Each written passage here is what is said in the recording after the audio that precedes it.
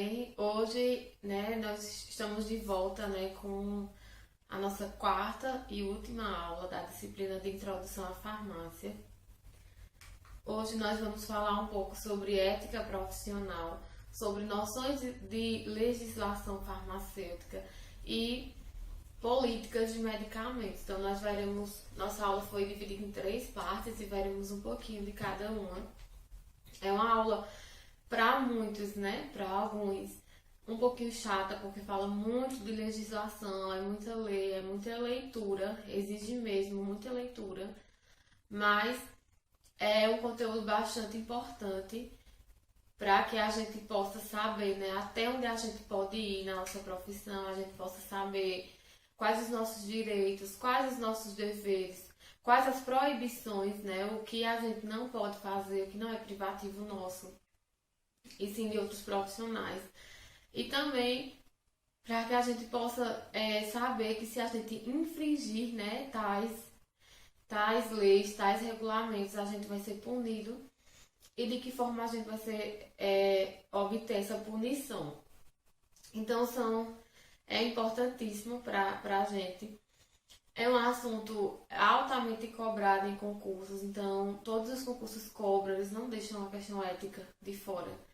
Então, eu aconselho que vocês peguem a lei que eu vou enviar, a lei crua, né, seca, como se diz para vocês.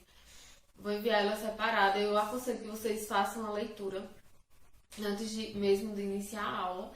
E aí vocês fazem uma leitura dessa lei e depois vocês vêm e acompanham a aula.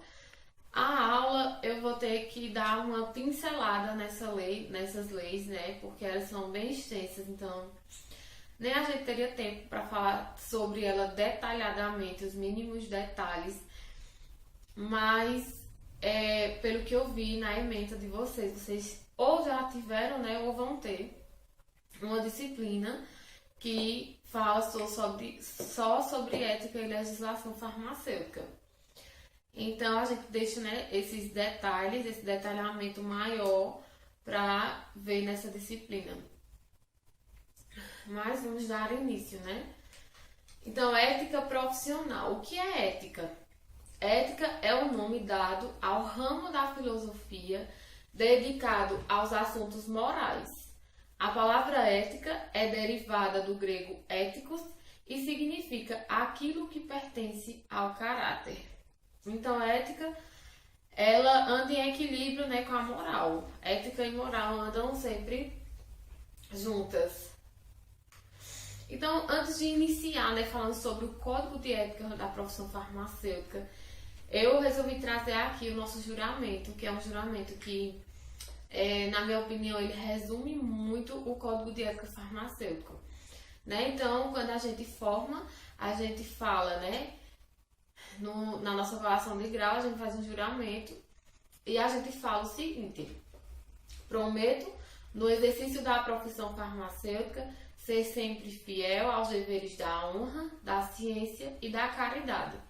Nunca me servirei da profissão para corromper os costumes ou favorecer o crime. Se eu cumprir esse juramento com fidelidade, goze eu para sempre a minha vida e a minha arte de boa reputação entre os homens. Se eu infringir ou dele me afastar, suceda-me o contrário. Então, é um juramento que foi criado, né, por Hipócrates e até hoje a gente recita, né, esse juramento na nossa colação de grau. Né? Então, para mim, ele resume muito o Código de Ética, pois ele fala, né, dos nossos deveres, ele fala, né, se a gente cumprir ou não, a gente vai ter uma pena, né, e quando ele diz suceda-me, né, se eu infringir ou dele me afastar, suceda-me o contrário, ou seja, eu me afasto da profissão. Então, ele resume bastante o Código de Ética da Profissão Farmacêutica. Então, sabendo disso, a gente, né, inicia o nosso assunto propriamente dito. Então, eu trouxe aqui um breve histórico, né, de como surgiu esse Código de Ética, as resoluções que foram criadas até a gente chegar à nossa resolução atual. Então, né, a gente iniciou aqui com o decreto número 20.377. Então, esse decreto é de 8 de setembro de 1931 e ele aprova a regulamentação do exercício da profissão farmacêutica no Brasil. Então, em 1931,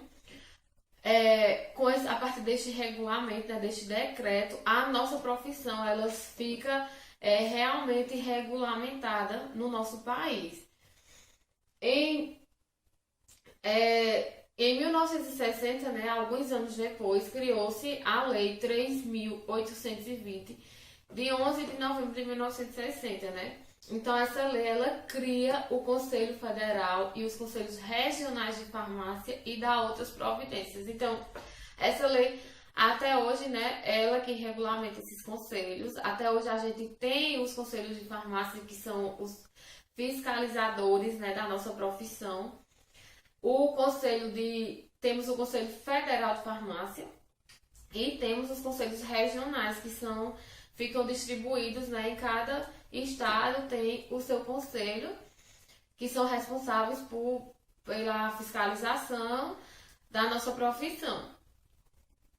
E além desse conselho, dessa lei criar esse conselho, né, ela também regulamenta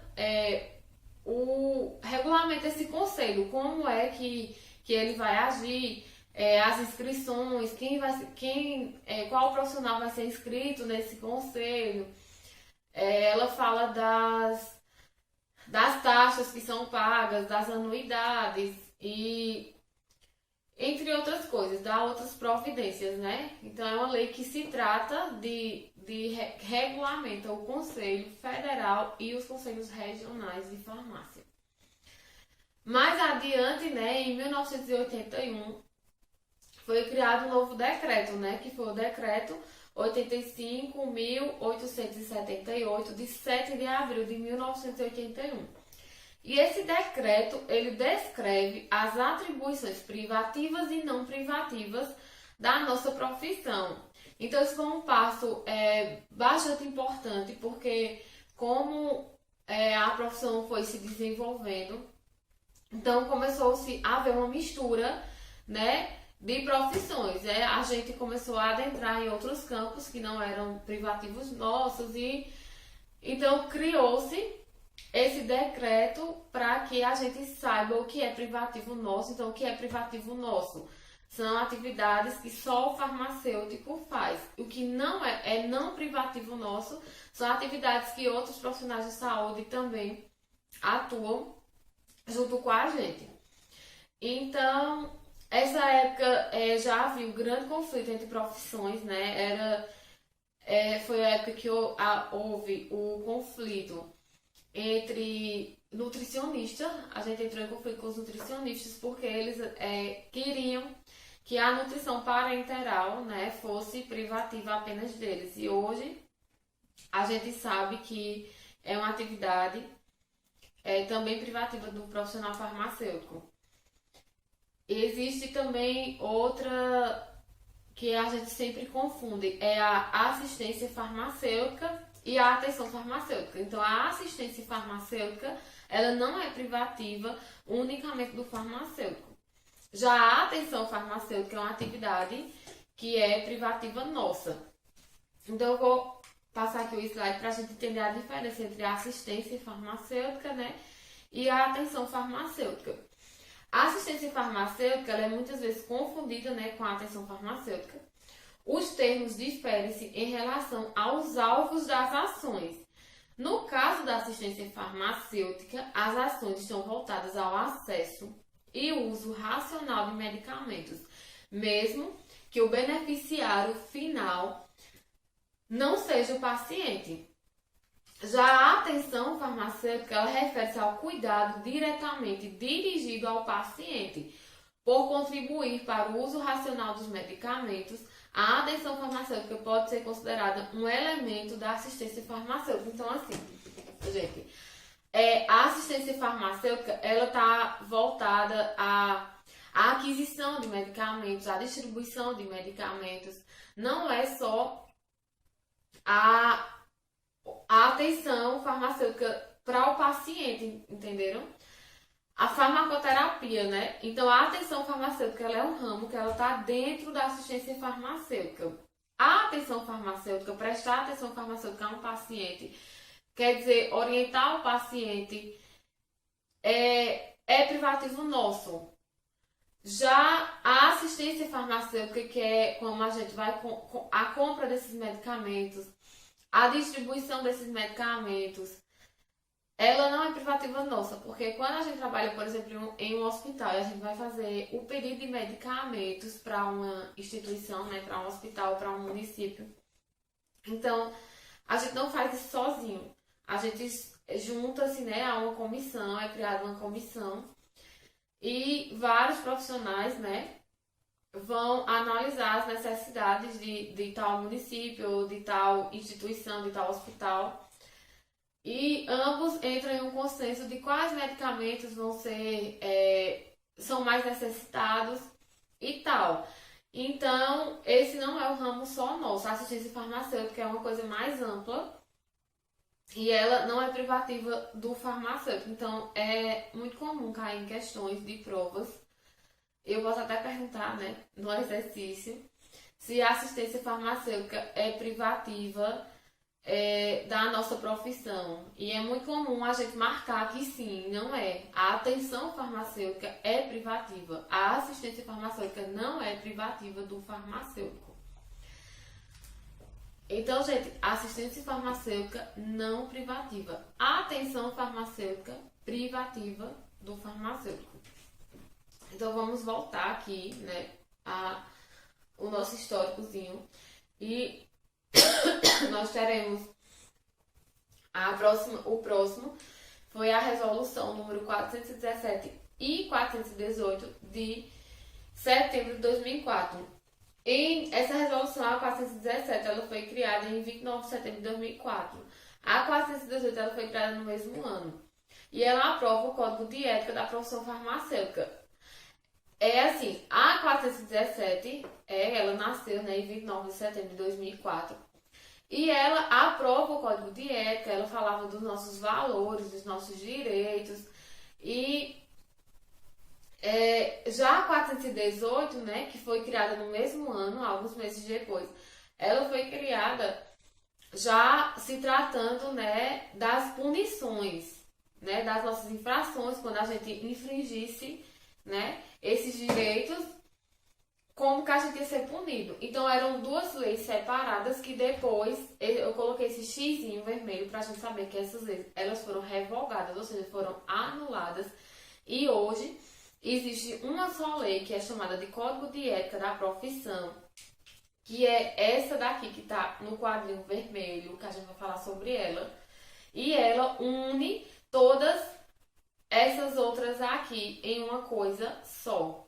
Entenderam? Então, eu botei aqui só pra gente saber, né, como foi o desenvolvimento até chegar ao Código de Ética atual. Mas a gente tem que saber que essa lei aqui, ela foi anulada. Entenderam? Então, hoje nós temos a 3.820 ainda em atuação, que é a que regulamenta os conselhos de farmácia. E vamos ter essa aqui, que está circulada de vermelho. Então, se eu perguntar a vocês qual o número, né, da lei, da atual lei, né, que regulamenta o Código de Ética Farmacêutica, vocês vão me responder. É resolução número 596, de 21 de fevereiro de 2014. Então, a regulamentação atual é essa daqui que eu tô passando, né, a setinha em cima.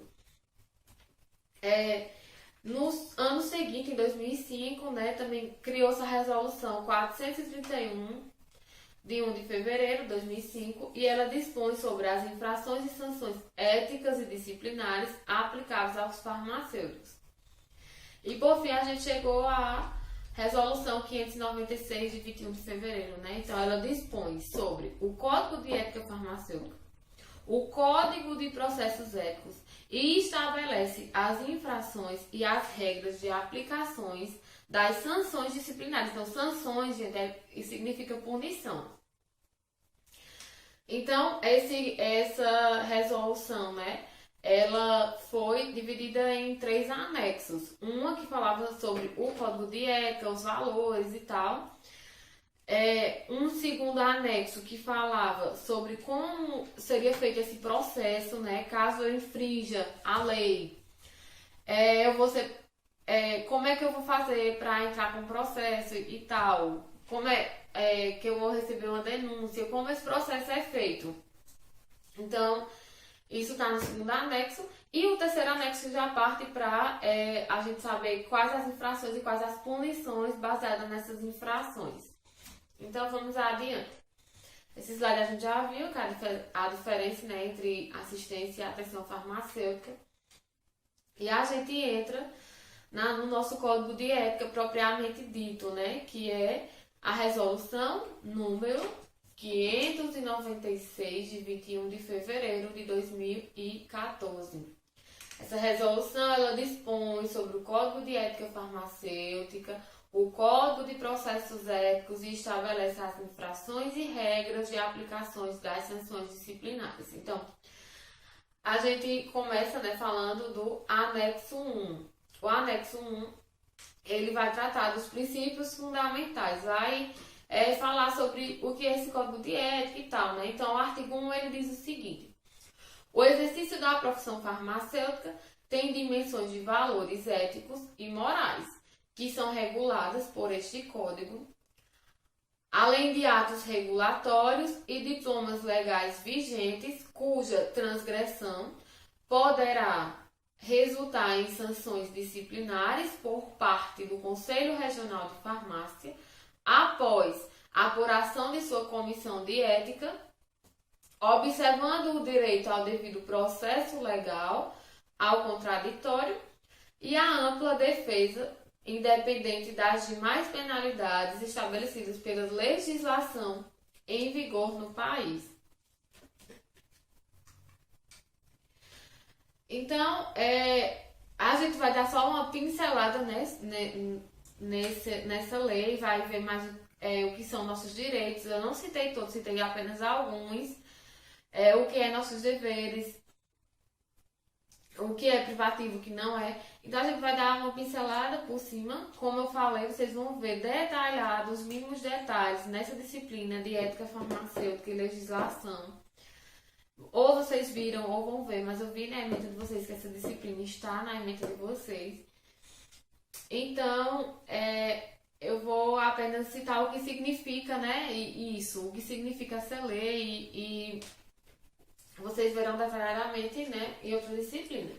Mas, né, eu trouxe aqui alguns direitos que está disposto, né, no capítulo 2.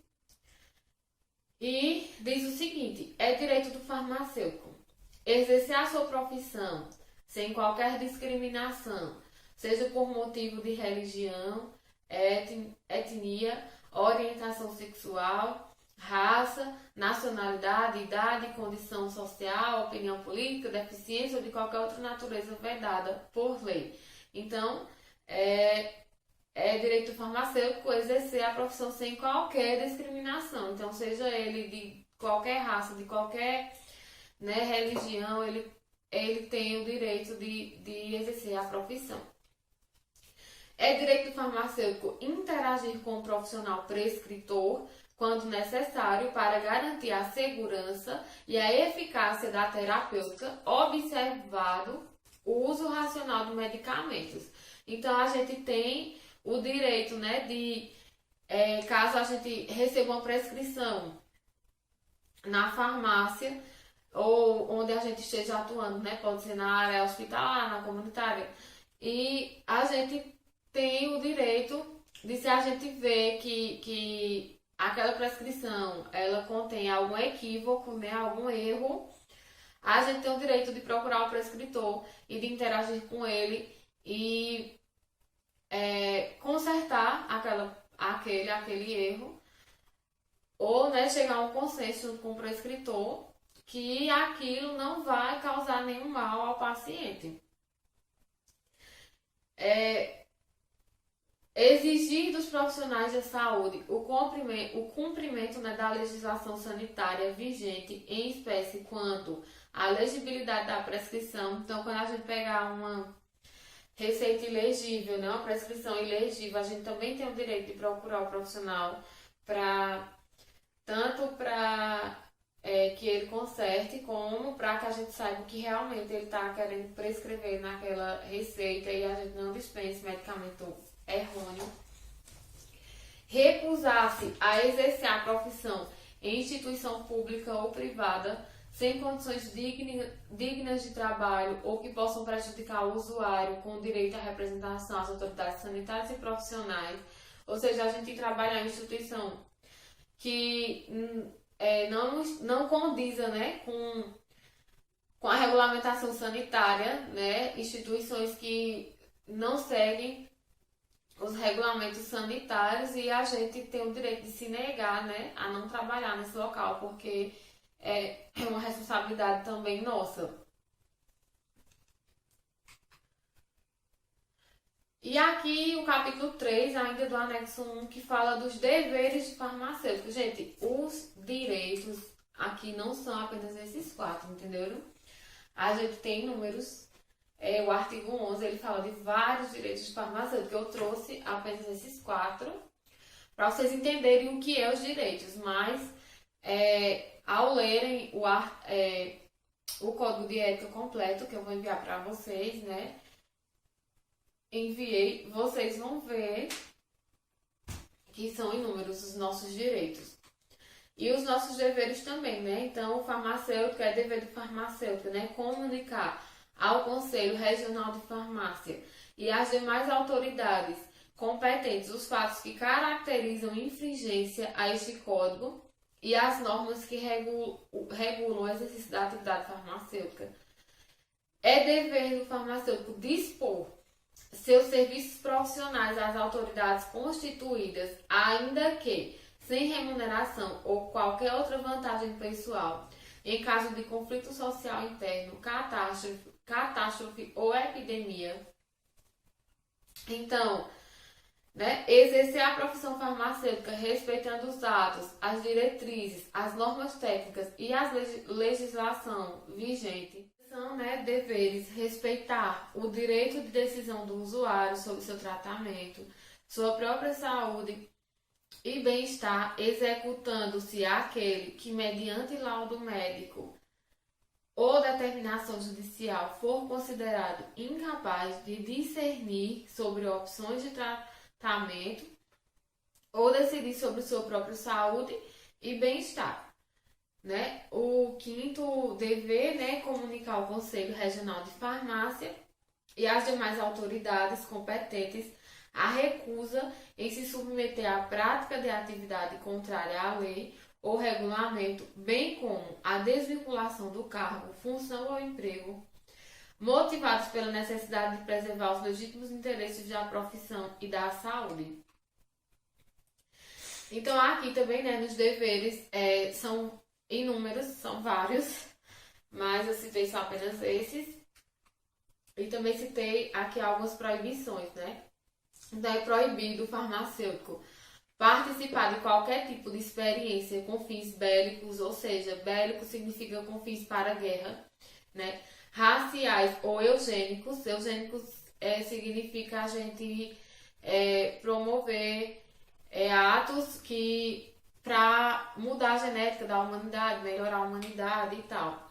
Então, bem como de pesquisa não aprovada por Comitê de Ética em Pesquisa, Comissão Nacional de Ética em Pesquisa ou Comissão de Ética no Uso de Animais.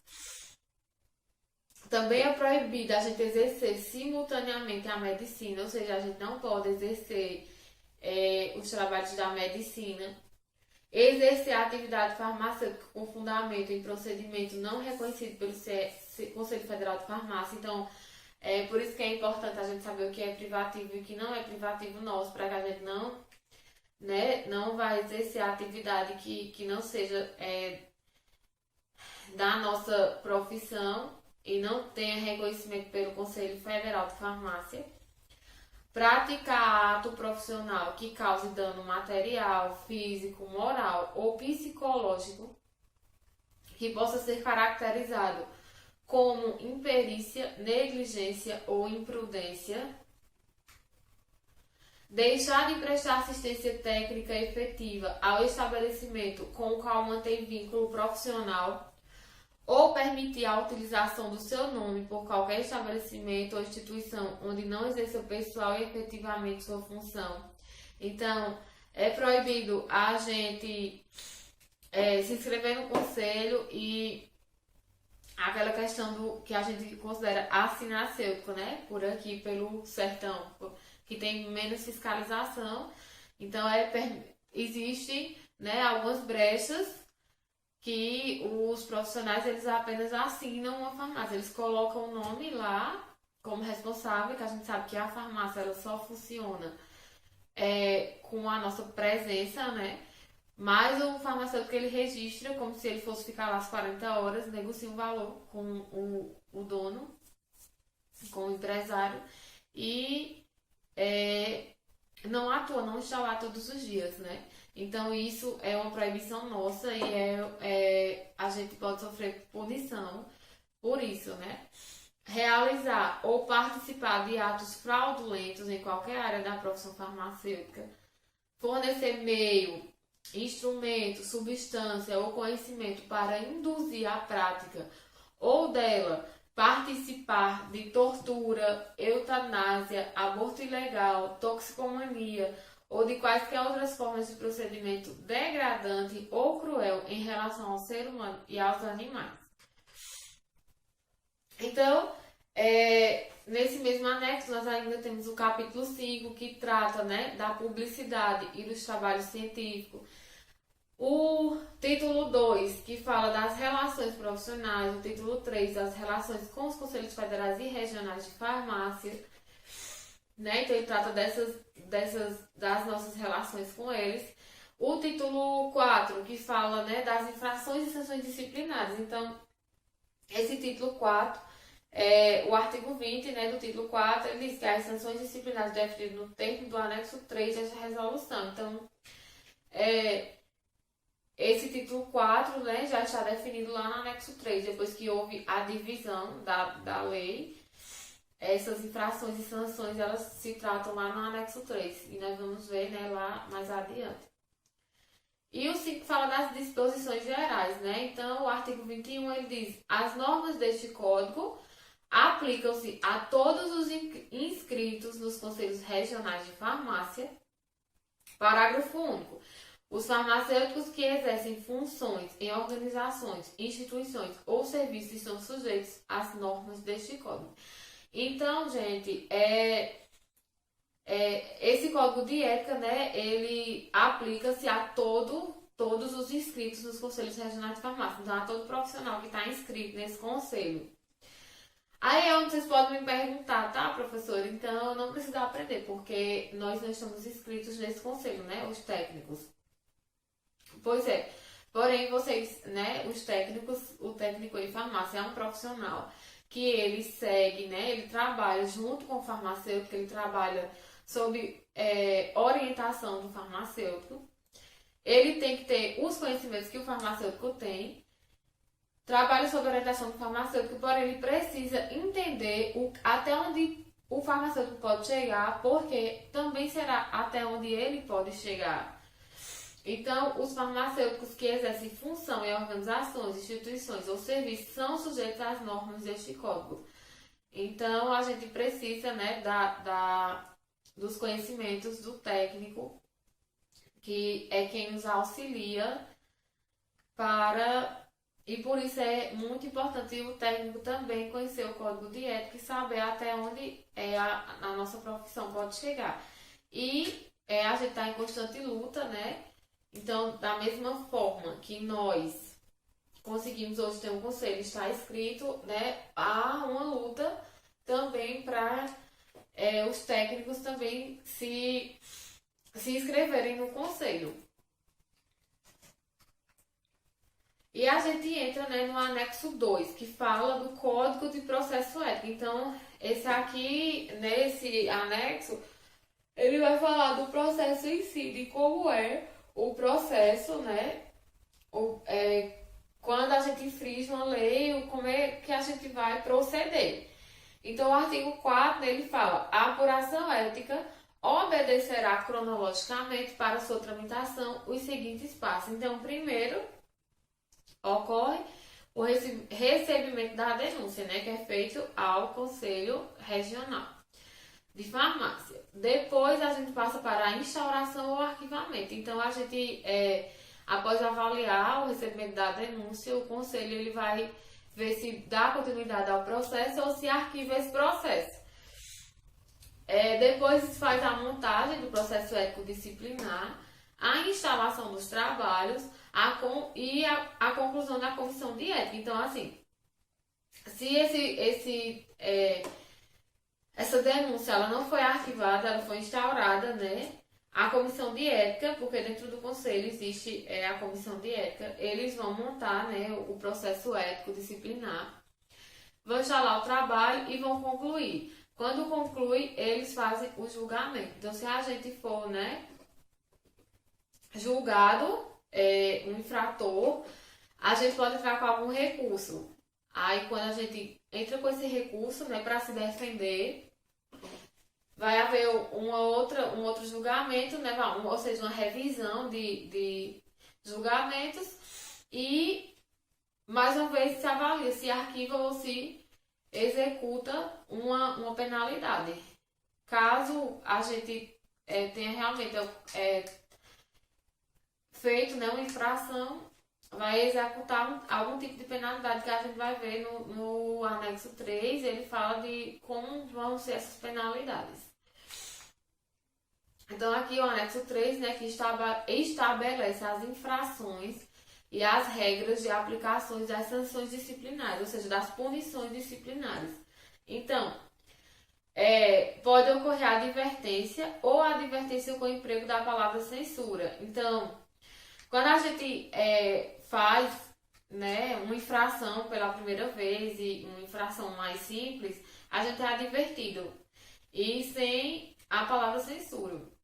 Quando isso é uma reincindiva, né, quando a gente errou, infringiu essa lei, esse código de ética, a gente infringe novamente, então a gente tem outra advertência com o emprego da palavra censura e a gente é multado, né, no valor de 1 salário mínimo a 3 salários mínimos regionais, dependendo da infração que a gente tenha vindo a cometer. E dependendo do caso, se for muito grave, a gente pode ocorrer a suspensão de 3 meses a 1 ano, ou até mesmo a eliminação, ou até mesmo perder a nossa carteira, né? A nossa inscrição no Conselho Regional de Farmácia. No Conselho de Farmácia. Então, quando ocorre essa suspensão, né, de 3 meses a 1 ano, ou até a eliminação, o Conselho ele recolhe a nossa carteira de trabalho e a nossa cédula de identidade profissional. Então, a gente fica mesmo sem poder, né, exercer a nossa profissão. Finalizamos o nosso código de ética, uma revisãozinha sobre o nosso código de ética, né? E agora a gente entra nas noções de legislação farmacêutica. Então, assim, eu fiz, né? Peguei as principais resoluções e também a gente vai dar uma pincelada nessas resoluções, né? Por cima, só para a gente entender como esses processos e depois a gente entra na política de medicamentos para concluir a nossa disciplina.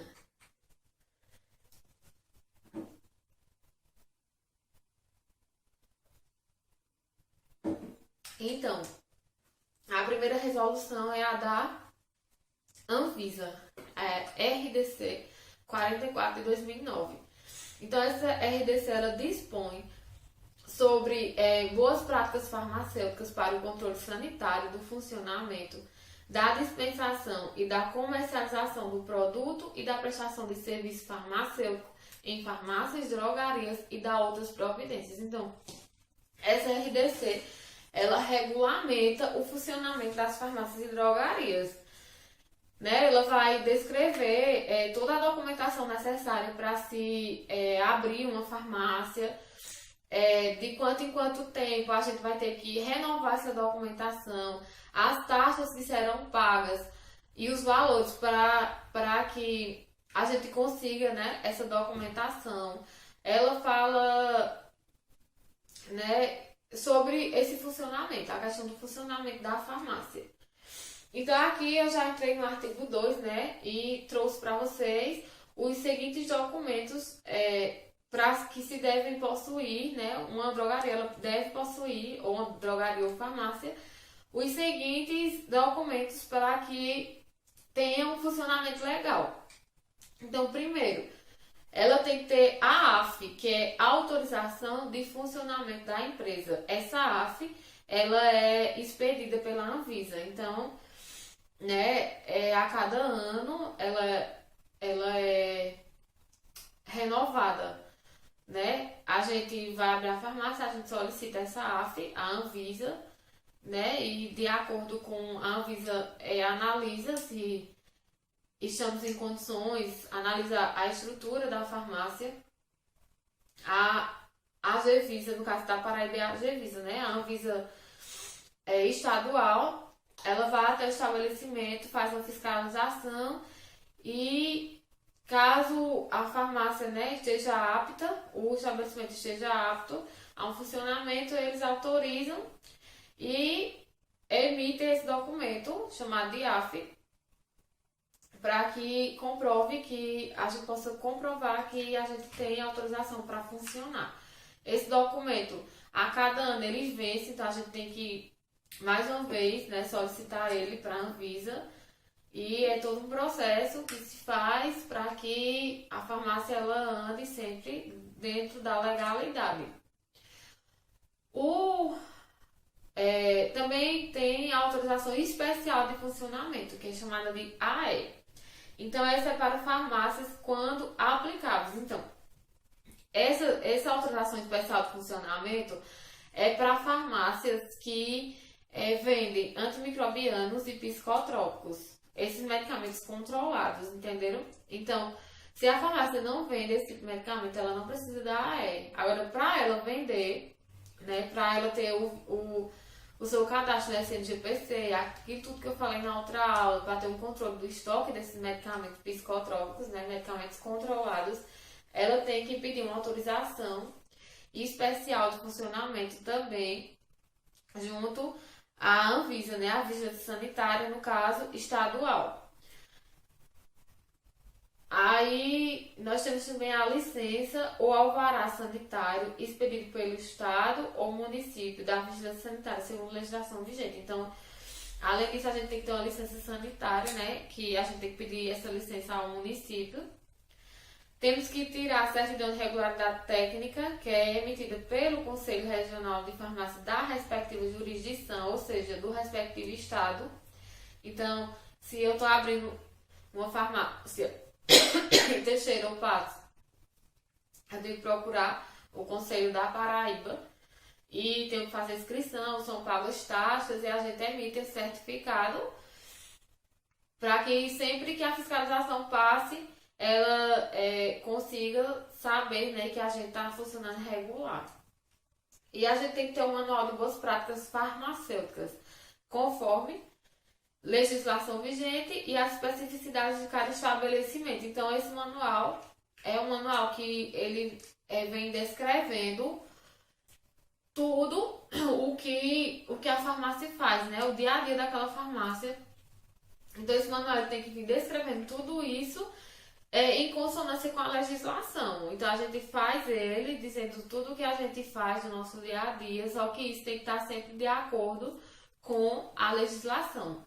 Tem que ser tudo de forma legalizada.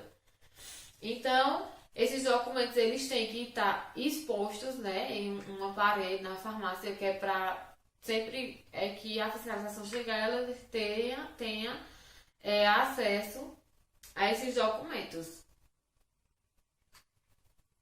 Então, aqui é uma imagenzinha, né, do site da Anvisa, onde a gente solicita essa AF, que agora é solicitado online. Esse aqui é o certificado de de autorização de funcionamento é uma AF, é um exemplozinho que a gente imprime, né? A gente solicita, quando a Anvisa libera, a gente imprime, assina e expõe. Esse é o alvará sanitário, um exemplo de alvará sanitário, né? Que é expedido pela Anvisa Municipal, né? Pela Vigilância Sanitária Municipal. E esse aqui é um exemplo da certidão de regularidade técnica. Então, sempre que a gente entra em algum estabelecimento, né, de uma farmácia ou drogaria, a gente sempre encontra todos esses documentos anexados lá em algum lugar, em alguma parede. Eles sempre estão anexados para comprovar sua regularidade. Então, esses documentos, eles têm informações como quem é o farmacêutico responsável, a hora, o horário de funcionamento dessa farmácia, o horário que o farmacêutico está e tudo mais. Então, tá tudo descrito nessa certidão de regularidade. Então, ainda sobre a RDC 44 de 2009, né? Adicionalmente, quando as informações a seguir indicadas não constarem dos documentos mencionados no parágrafo anterior, o estabelecimento deverá manter afixado em local visível ao público cartaz informativo contendo, né? Razão social, número de inscrição no Cadastro Nacional de Pessoa Jurídica, número de autorização, né, da AF, o número da AE e o nome do farmacêutico responsável de seu substituto, seguido do número de inscrição do Conselho Regional de Farmácia. Horário de trabalho de cada farmacêutico, número atualizado de telefone do CRF e órgão estadual municipal de vigilância sanitária. As farmácias e drogarias devem ter obrigatoriamente a assistência de farmacêutico responsável técnico ou de seu substituto durante todo o horário de funcionamento do estabelecimento nos termos de legislação vigente. Então, todo o horário em que a farmácia funcionar é obrigação, né, do farmacêutico estar lá presente. Esses estabelecimentos, eles têm a responsabilidade de garantir e zelar pela manutenção da qualidade e segurança dos produtos objetos dessa resolução, bem como pelo uso racional de medicamentos, a fim de evitar riscos e efeitos nocivos à saúde. Então, né, essa primeira parte da lei, ela fala sobre, né, o funcionamento da farmácia. Ainda nessa lei a gente tem o capítulo 3, que fala da infraestrutura física, ou seja, das condições físicas da farmácia, né? Que elas devem ser localizadas, projetadas, dimensionadas, construídas ou adaptadas com infraestrutura compatível com as atividades a serem desenvolvidas, possuindo no mínimo ambiente para atividades administrativas, para recebimento e armazenamento dos produtos, dispensação de medicamentos, depósito de material e limpeza sanitária. Então, as áreas internas e externas devem permanecer em boas condições físicas e estruturais, de modo a permitir a higiene e não oferecer risco ao usuário e aos funcionários, né? As instalações devem possuir superfícies internas, pisos, paredes e tetos limpas e impermeáveis, em perfeitas condições, resistentes aos agentes sanitizantes. Os ambientes devem ser mantidos em boas condições de higiene e protegidos contra a entrada de insetos, roedores e outros animais. E o capítulo 3, né, fala também das condições gerais, né? As condições de ventilação e iluminação devem ser compatíveis com as atividades desenvolvidas. O estabelecimento deve possuir equipamentos de combate a incêndio em quantidade suficiente, conforme a legislação específica. Né, aqui a gente já entra na resolução RDC número 20, de 5 de maio de 2011. Então, essa RDC, ela dispõe sobre o controle de medicamentos à base de substâncias classificadas como antimicrobianas, de uso sob prescrição, isoladas ou associadas. Então, ela trata, né, dos antibióticos, né? Essa RDC, ela fala sobre a venda de antibióticos e eu trouxe aqui mais uma parte sobre as receitas, né? Então, a gente vai saber como a gente receber uma receita de forma legal para dispensar, na hora de dispensar um antibiótico. Então, essas receitas elas devem ser, né, em receituários privativos do prescritor ou do estabelecimento de saúde, não havendo, portanto, modelo de receita específico. A receita deve ser prescrita de forma legível, sem rasuras, em duas vias e contendo os seguintes dados obrigatórios, né? Identificação do paciente.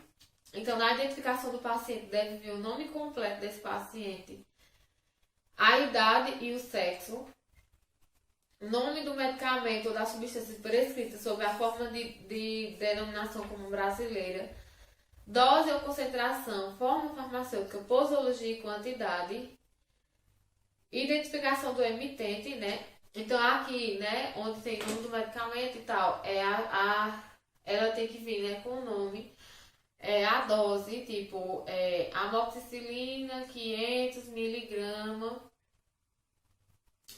comprimido, tomar um comprimido a cada 12 horas, durante 7 dias. Então tem que vir tudo bem completo, entenderam?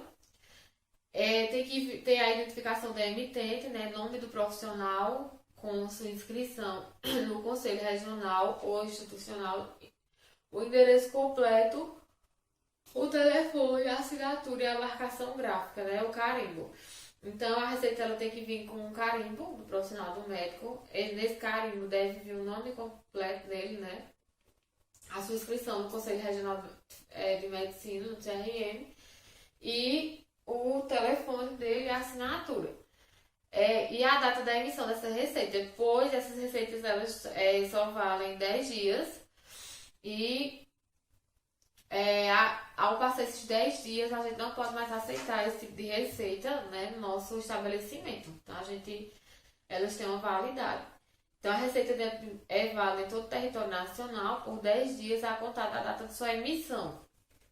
Né? Então ela é válida em todo o Brasil, independente de em que estado ela foi emitida. A receita poderá conter a prescrição de outras categorias de medicamento, desde que não sejam sujeitos a controle especial. Então, as receitas de antibióticos, ela pode vir, tipo, uma amoxicilina e na mesma receita vir um nimesulida, que é de prescrição livre, né? De venda livre. Mas a gente não pode ter, por exemplo, deixa eu ver aqui, um antibiótico e uma sertralina. A gente não pode ter de controle especial, não. Em situações de tratamento prolongado, a receita poderá ser utilizada para aquisição posteriores dentro de um período de 90 dias. Então, esse parágrafo aqui ele diz o seguinte, né? Quando for prescrito, né, para um tratamento prolongado, então o que é que vai acontecer? A gente vai pegar essa receita, vai reter ela na farmácia, porém a gente vai botar, tem que vir a observação, que é para uso prolongado. Então a gente vai guardar uma pastinha separada e vai dispensar o medicamento para cada 30 dias. Então a cada 30 dias, né, o paciente ele volta à farmácia e compra o suficiente para mais 30. Então se é prolongado e vier lá dizendo se é prolongado, a gente só aceita até 90 dias, ou seja, 3 meses. Então, a cada 30 dias, a cada mês, o paciente ele tem que voltar e pegar, né, o medicamento novamente. A gente só pode dispensar para 30 dias a receita de antibiótico. A gente dispensa para 30 dias e guarda essa receita até 90. Se com 90 dias o médico, o paciente quiser comprar novamente, então ele tem que voltar ao médico, o médico tem que prescrever uma nova, né, receita para que ele possa ter acesso ao medicamento novamente. Caso contrário, a gente não pode mais vender, a receita é considerada que venceu, inválida, né? A dispensação em farmácias e drogarias públicas e privadas dá-se mediante a retenção da segunda via da receita, devendo a primeira via ser devolvida ao paciente. O farmacêutico não poderá aceitar receitas posteriores ao prazo de validade estabelecido nos termos desta resolução, né? Como eu já falei. E as receitas somente poderão ser dispensadas pelo farmacêutico quando apresentadas de forma legível e sem rasuras. Então a gente não pode, né? A gente não pode aceitar receitas ilegíveis, né? Que a gente não consiga entender que medicamento foi esse, então a gente só deduzir e dispensar. E a gente também não pode aceitar com rasuras, nem na data, que é muito comum a gente no nosso dia a dia pegar receitas rasuradas com a data rasurada, porque venceu, são apenas 10 dias, então às vezes o paciente ele não se importa de comprar o medicamento assim que sai do consultório e acaba a receita vencendo e eles, para não voltarem ao médico, rasuram as datas para que a gente possa dispensar. Então tá errado, a gente não pode aceitar esse tipo de receita. Não pode aceitar receita rasurada em hipótese alguma, nem na miligrama, nem no nome do medicamento, nem do paciente. A gente não pode aceitar rasuras nenhuma. Então, no ato da dispensação, a gente deve registrar, né, as duas vias da receita, a data da dispensação, a quantidade aviada, né, ou seja, dispensada do medicamento, o número do lote do medicamento e a rúbrica do farmacêutico atestando o atendimento no verso da receita. Ou seja, né, as farmácias têm que ter um carimbo, e esse carimbo isso para facilitar a nossa vida, né? Eles criam um carimbo e vem lá descrevendo a data, a quantidade, o número do lote e tal. Então a gente carimba o verso da receita. Geralmente também vem, né, sexo do paciente, idade. A gente já bota tudo e em um carimbo só e preenche aquilo, né, que a gente fique com todas essas informações. A dispensação de antimicrobianos deve atender essencialmente ao tratamento prescrito, inclusive mediante a apresentação comercial fracionável, nos termos da Resolução 80/2006 ou da que venha a substituí-la.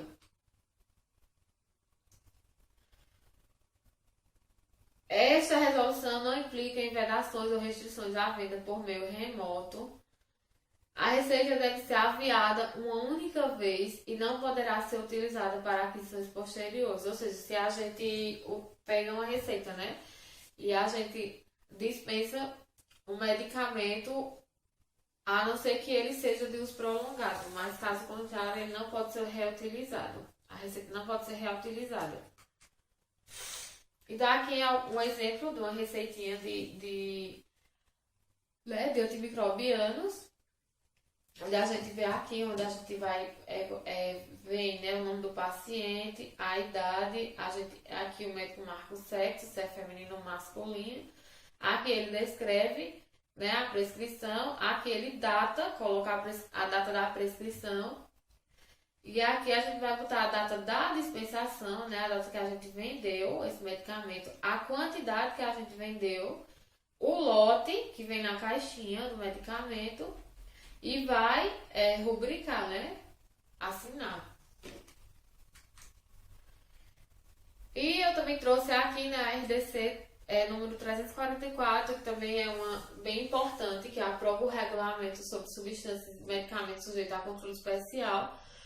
Na aula anterior eu falei muito, né, dos tipos de receita baseado na prescrição, né, na prescrição de medicamentos.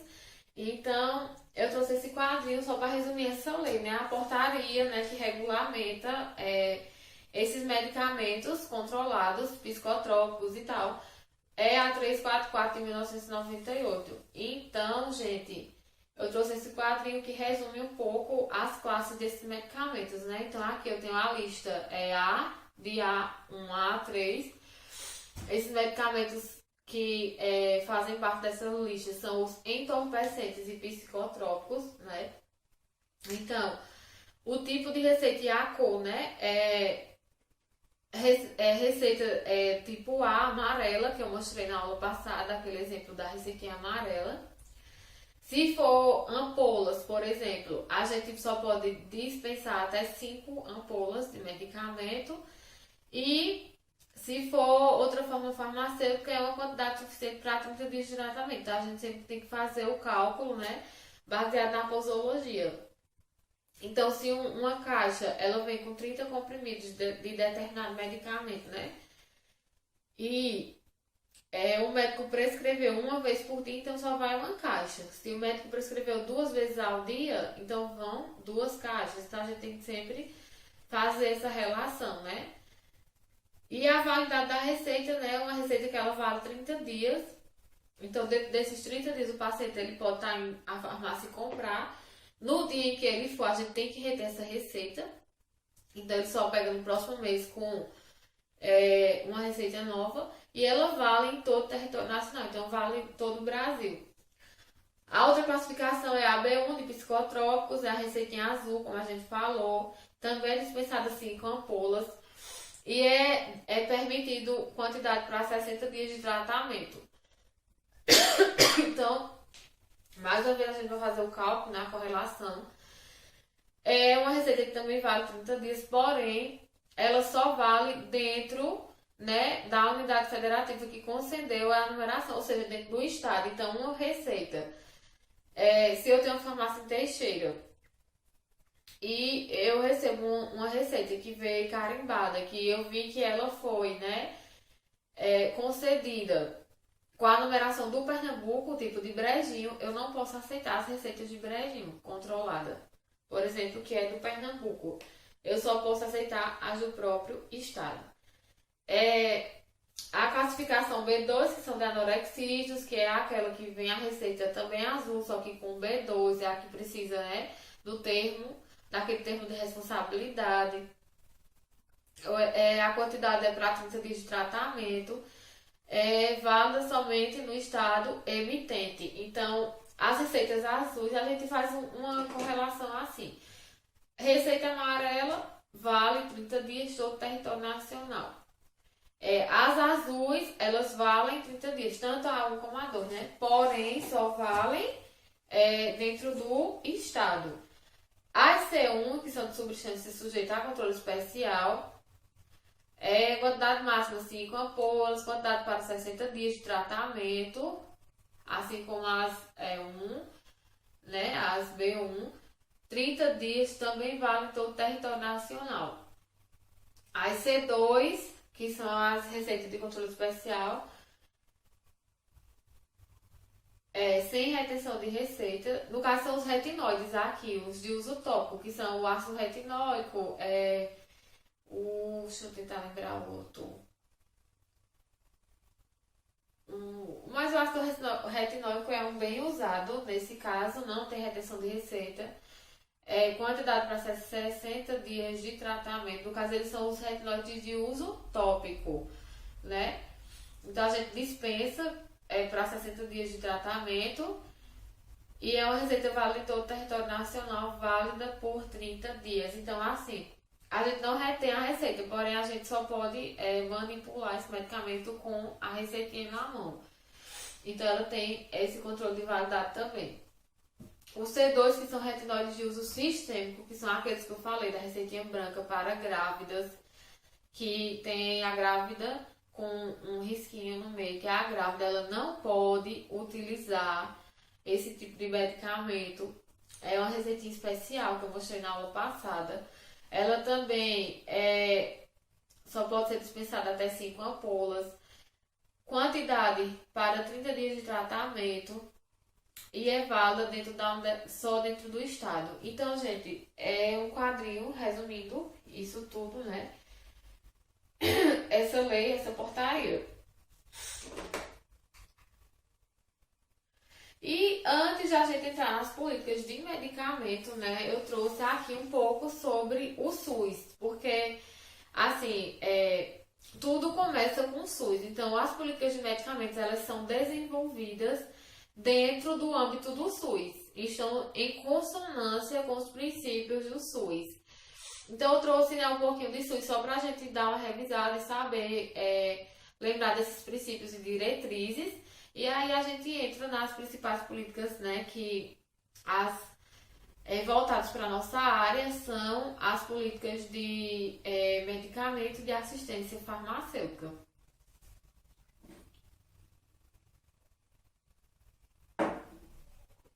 Então, a lei, o SUS, né, é regulamentado pela Lei 8.080, de 19 de setembro de 1990, e é uma lei que ela dispõe sobre as condições para a promoção, proteção e recuperação da saúde, a organização e o funcionamento dos serviços correspondentes e da outras providências. Então, eu trouxe, né, um pouco sobre os princípios do SUS, que é a universalidade, né, que é um princípio do SUS, né, que garante um direito a todos de saúde, a todas as pessoas, né. Cabe ao Estado assegurar este direito, sendo que o acesso às ações e serviços deve ser garantido a todas as pessoas. Então, universalidade é isso, é garantir saúde a todos. Equidade, o objetivo, né, desse princípio é diminuir a desigualdade. Ou seja, a equidade, ela trata desiguais como desiguais. Não é tratar as pessoas com desigualdade, é tratar as pessoas com igualdade, só que de acordo com suas necessidades. Então, assim, se eu tenho um problema cardiológico, né? Então eu tenho que ser tratado da mesma forma que o meu colega, né, que também está doente de problemas cardiológicos, a gente tem que ser tratado com igualdade. Porém, a gente tem que ser tratado com desigualdade daquelas pessoas, por exemplo, que possuem câncer. Então, não tem como tratar todos os pacientes de tipo de doenças diferentes, né, com enfermidades diferentes, com igualdade, porque cada um tem uma necessidade diferente. Então, a equidade, ela veio para isso, para tratar igual com igual e desigualar dos outros que necessitam mais, né? Então eles investem, a equidade ela também investe, né? Aonde há uma carência maior. Então uma pessoa que está com uma enfermidade que tem uma carência maior, precisa de uma atenção maior, a equidade vai tratar essas pessoas diferente de pessoas que têm, né, uma enfermidade mais simples. Então é isso a equidade. A integralidade, né, este princípio considera as pessoas como um todo, atendendo a todas as suas necessidades. Então, assim, a integralidade ela veio para unir, né, incluir a promoção da saúde, a prevenção, a doença, o tratamento e a reabilitação. Então, a integralidade ela junta esses 5 quesitos, né, e atendendo toda a necessidade de um paciente, desde a promoção da saúde até quando o paciente, mesmo com toda a promoção, com toda a prevenção, o paciente ele chega a adoecer. Então, o SUS ainda tem, né, políticas para fazer o tratamento e a reabilitação da saúde desse paciente. A descentralização, né, que é a descentralização de poderes, né, é entendida como uma redistribuição de poder e responsabilidades, ou seja, né, tanto as esferas, as 3 esferas, né, a federal, estadual e municipal têm responsabilidades, são responsáveis por promover a saúde da população e a participação dos cidadãos, né, que eles garantem que eles possam participar dos conselhos municipais de saúde, das conferências municipais de saúde. E a gente entra aqui na portaria 3.916 de 98, que é uma portaria que ela aprova a Política Nacional de Medicamentos. Então, essa política de medicamentos ela está em consonância com o SUS. Por isso que eu falei um pouco sobre o SUS, né? Porque essas políticas que eu vou falar agora, elas são políticas criadas, né, baseadas nos princípios do SUS, para garantir a saúde a todos.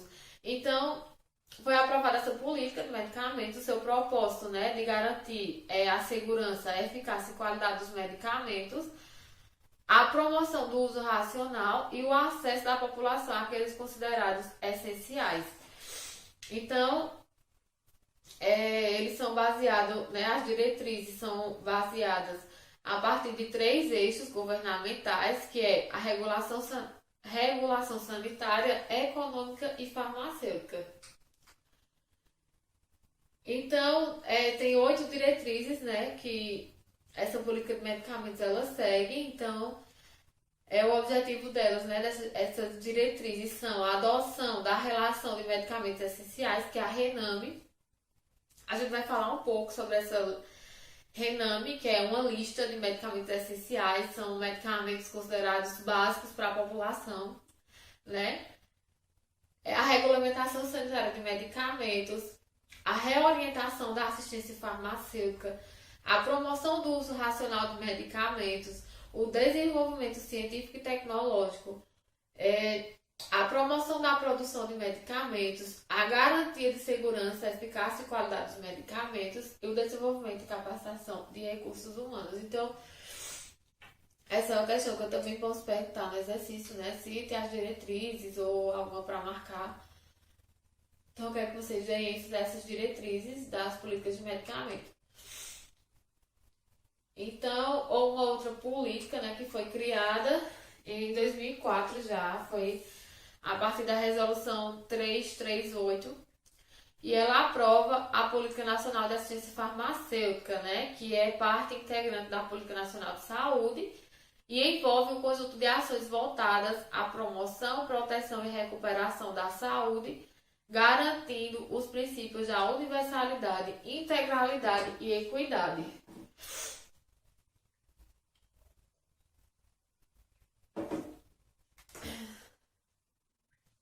Então aqui está a RENAME 2006, é uma Relação Nacional de Medicamentos Essenciais, né? Ela norteia a oferta, a prescrição e a dispensação de medicamentos e serviços do SUS. Aqui fala, municípios, estados e Distrito Federal podem adaptá-la ao seu perfil epidemiológico, ou seja, essa lista ela é feita, né? Ela é criada, desenvolvida a partir das necessidades, né, de cada município. Então, é feita uma reunião, a gente vê as necessidades epidemiológicas para que a gente dê prioridade a medicamentos que realmente aquele município precise. E essa lista ela está disponível para consulta na página, nessa página que está descrita aí, né, no slide. Então, a política de medicamentos, né? A oferta de medicamentos do SUS, ela é organizada em 3 componentes que compõem o bloco de financiamento da assistência farmacêutica. Então, esse bloco ele é dividido em 3, né? Os medicamentos do componente básico, do componente estratégico e do componente especializado, que antigamente era chamado de medicamentos excepcionais. Então, hoje eles são chamados de medicamentos especializados, né? E também, além dos 3, depois criou-se o programa Farmácia Popular. Então, esse quadro também mostra um resumo, né, de cada um dos 3, mas a gente vai falar dos 3 aqui.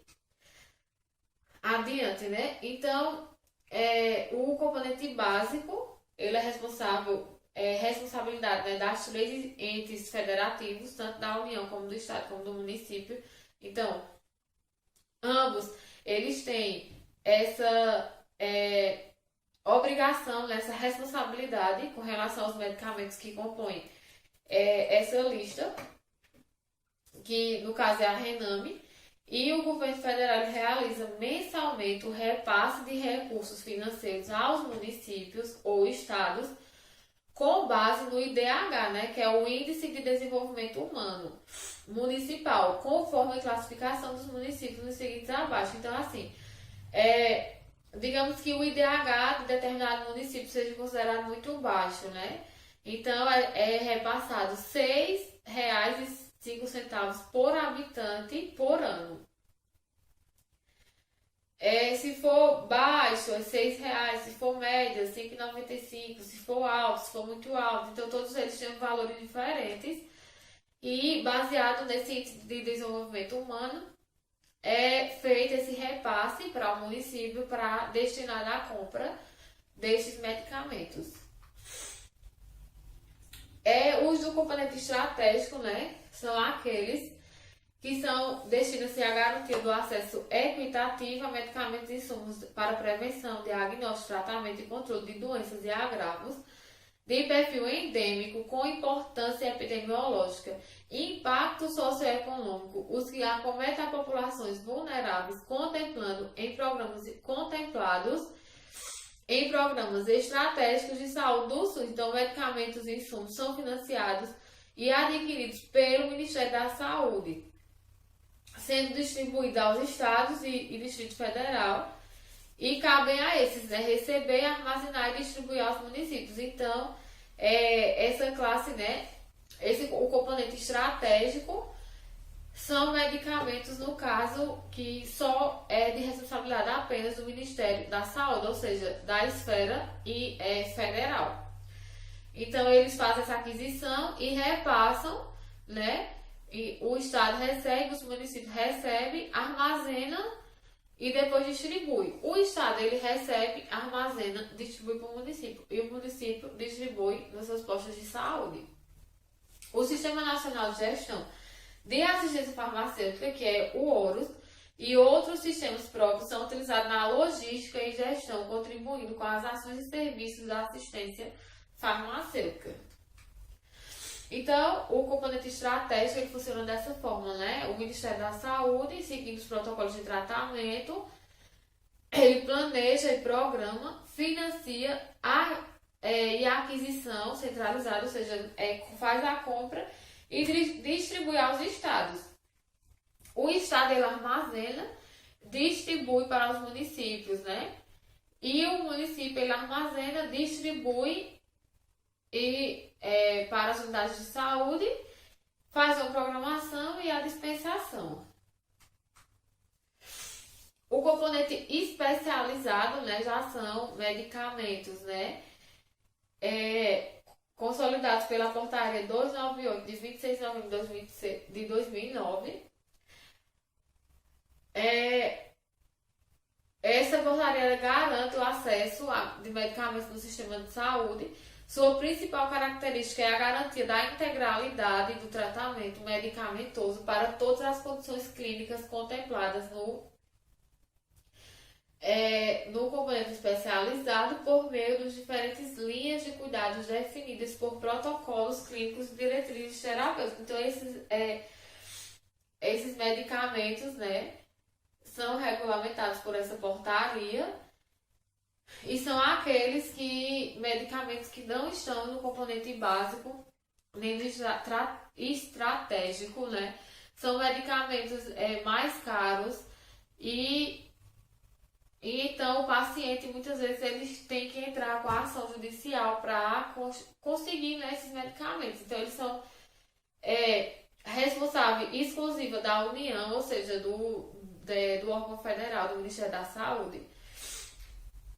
E são divididos, né, classificados em alguns grupos, né? O grupo 1, que são os medicamentos com aquisição centralizada pelo Ministério da Saúde e responsabilidade pelo armazenamento, distribuição e dispensação das secretarias de saúde dos estados e do distrito. Então, a União vai fazer a aquisição e depois distribuir para os estados. O grupo 1B, né, que são medicamentos adquiridos pelo estado, no caso. Então, o grupo 1, né, 1A é pela União. O grupo 1B é pelo estado. E responsabilidade pelo armazenamento, distribuição e dispensação às secretarias dos estados e do Distrito Federal. O grupo 2 é constituído por medicamentos sob responsabilidade das secretarias de saúde do estado e do Distrito Federal. O grupo 3 também são de responsabilidade, no caso, do Distrito Federal e dos municípios, né?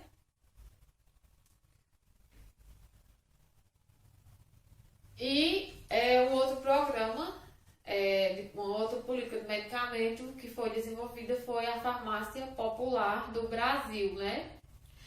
Ela foi criada em 13 de abril de 2004 e era considerado, né, um programa de rede própria. A condição para a aquisição dos medicamentos disponíveis nas unidades nessa modalidade do programa era apresentar um documento com foto que tivesse o CPF e juntamente com a receita médico-odontológica. Então o paciente ele recebia a receita do médico e ia até a farmácia para conseguir os medicamentos que estavam inclusos nesse programa, né? Com o documento com foto. E alguns anos depois, já em 2006, criou-se, né, o sistema Aqui Tem Farmácia Popular. E esse programa, Farmácia Popular, o Aqui Tem Farmácia Popular, ele completava o Farmácia Popular, mas esse Farmácia Popular, em 2017, ele foi extinto pela comissão tripartite. Então, hoje a gente tem só o programa Aqui Tem Farmácia Popular.